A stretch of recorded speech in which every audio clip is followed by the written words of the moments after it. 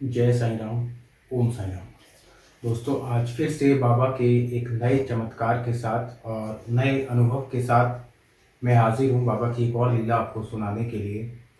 आज जो महिमा बाबा की मैं सुनाने जा रहा हूँ, पिछली वीडियो में आपको बताया था कि मेरा एक और अनुभव है जिस समय बाबा ने स्वप्न में आकर मुझे और मेरी बड़ी बहन को वही पुरानी वाली शिरडी दिखाई दी। क्योंकि हमारे मन में एक सवाल हर किसी के मन में आता है कि कैसी रही होगी वो शिरडी जब बाबा जीवित थे, बाबा वहाँ रहते थे। तो हर किसी के मन में कल्पना, जो आज का भक्त है उसके मन में ज़रूर होगी कि वो घर देखने की कल्पना, उस समय के लोगों को देखने की कल्पना, ये एक उनके मन में सवाल ज़रूर आता होगा। कहीं ना कहीं उनकी इच्छा होती होगी कि काश हमारी आंखें वो सब देख सकती, हम भी उस समय को देख सकते या उस समय में जा सकते थे। तो बाबा, ऐसे ही बहुत सारे सवाल, बहुत सारी इच्छाएं मेरी भी थी। एक दिन बाबा ने मेरी इच्छा स्वप्न में पूरी की और पूरी कहानी मैं बताऊंगा कि किस तरह से बाबा हमें मिलते हैं। मिलने के बाद बाबा मुझे और मेरी बड़ी बहन को साथ में लेकर उस पुरानी शिरडी में जाते हैं, हमें पुरानी शिरडी दिखाते हैं। बाबा अपनी द्वारिका माई भी दिखाते हैं जो उस समय की थी। और बीच में बाबा हम दोनों को पीले रंग का लड्डू भी एक दुकान से लेकर खिलाते हैं, और वो दुकान भी एक बूढ़े व्यक्ति की है। किस तरह की दुकान थी, तो सारी चीज़ आज मैं इस वीडियो में बताने वाला हूँ। तो बने रहेगा वीडियो को। अगर अभी तक आपने लाइक नहीं किया है तो लाइक कीजिए, और चैनल पर पहली बार है तो चैनल को सब्सक्राइब जरूर कर दीजिए, क्योंकि अभी हमें आप लोगों का उतना सपोर्ट नहीं है जितना कि हम चाहते हैं। तो चलिए वीडियो शुरू करते हैं। दोस्तों, एक दिन की बात है कि स्वप्न में मैं क्या देखता हूँ कि हम लोग, एक रोड है जिस पर जो पहले इक्का तांगा जैसे कुछ वो चलते थे, छोटे छोटे घोड़े तांगे होते थे जिसको इक्का बोलते थे, उसमें सिर्फ दो व्यक्ति ही बैठ सकते थे। तो मैं और मेरी बड़ी बहन है, हम दोनों लोग उस इक्के में बैठे हैं, जबकि हम उस तरह से बैठे हैं जैसे बच्चे पीछे को पैर करके बैठे होते हैं। हमारा मुंह रोड की तरफ है, तांगा जैसे इस साइड जा रहा है, तो हम लोग पीछे मुंह करके बैठे हैं। पीछे को पैर लटकाकर दोनों लोग बैठे हैं और बातें करते हुए चले जा रहे हैं, और इक्का हमारे दूसरी दिशा में जा रहा है। हमारे साथ और कौन व्यक्ति है हमें नहीं पता, लेकिन एक व्यक्ति है जो इक्के को चला रहा है, और हमारे साथ कौन है हमें कुछ स्वप्न में उसका पता नहीं है। लेकिन हम दोनों बहन भाई पीछे पैर लटकाकर बैठे हैं। अचानक से हम क्या देखते हैं कि हमारे बराबर से एक फकीर निकलते हैं, और जैसे ही वो निकल के थोड़ी सी दूरी पर जाते हैं तो अचानक मेरी नज़र उन पर पड़ती है, और मैं जोर से चीखता हूँ कि अरे बाबा। हमें बाबा बाबा कहकर तांगे से कूद जाता हूँ। जैसे ही मैं कूदता हूँ, मेरे पीछे पीछे मेरी बहन भी उस चलते हुए इक्के से कूद जाती है, और हम दोनों लोग दौड़कर बाबा की तरफ जाते हैं। तभी बाबा भी वहाँ रुक कर हमारी ओर घूम जाते हैं। जैसे ही बाबा घूमते हैं तब तक मैं दौड़ कर जाकर बाबा से लिपट जाता हूँ, बाबा के गले लग जाता हूँ। जबकि मैं इतना छोटा हूँ और बाबा बड़े हैं, तो मैं बाबा की कमर तक भी आ रहा हूँ, और बाबा हमें गले लगा लेते हैं, मुझे और मेरी बहन दोनों को।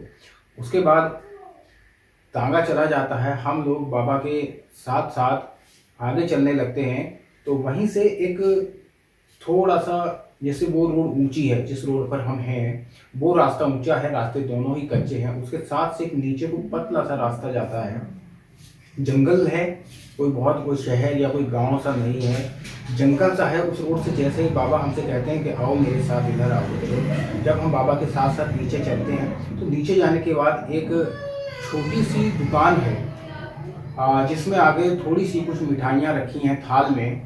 और वो जो दुकान है वो पक्की दुकान नहीं है, बल्कि एक नीचे तखत सा लगा है, तखत के ऊपर डंडे लगाकर चारों साइड से उस दुकान को टाट का जो कपड़ा होता है, जो टाट के बोरे होते हैं दोस्तों, उस टाट के बोरे से पूरी दुकान बनाई हुई है।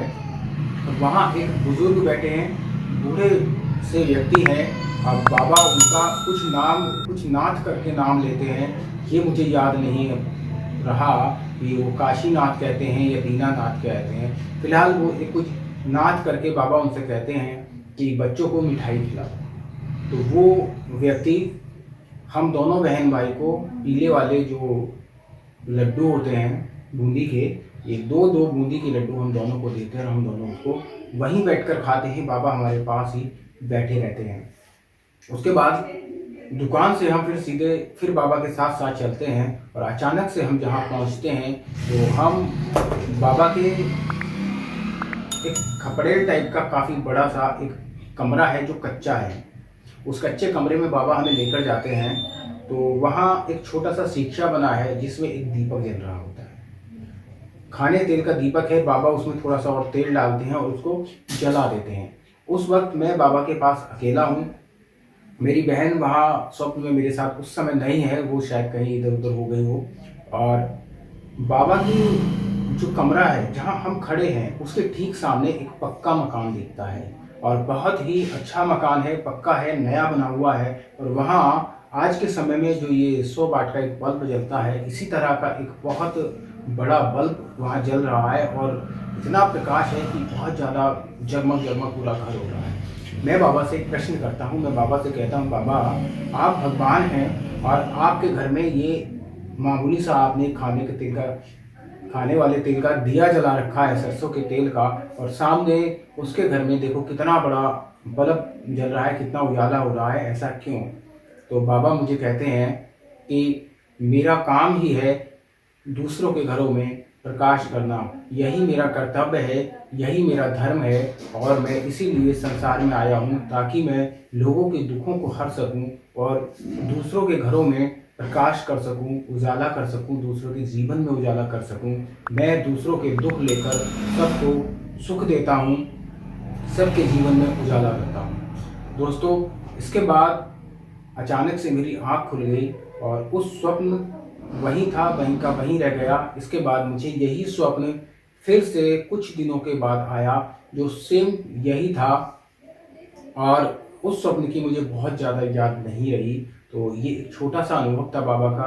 बाबा क्या कहना चाह रहे थे, बाबा ने मुझे क्या संदेश दिया था, तो वो मैंने आपको बताया।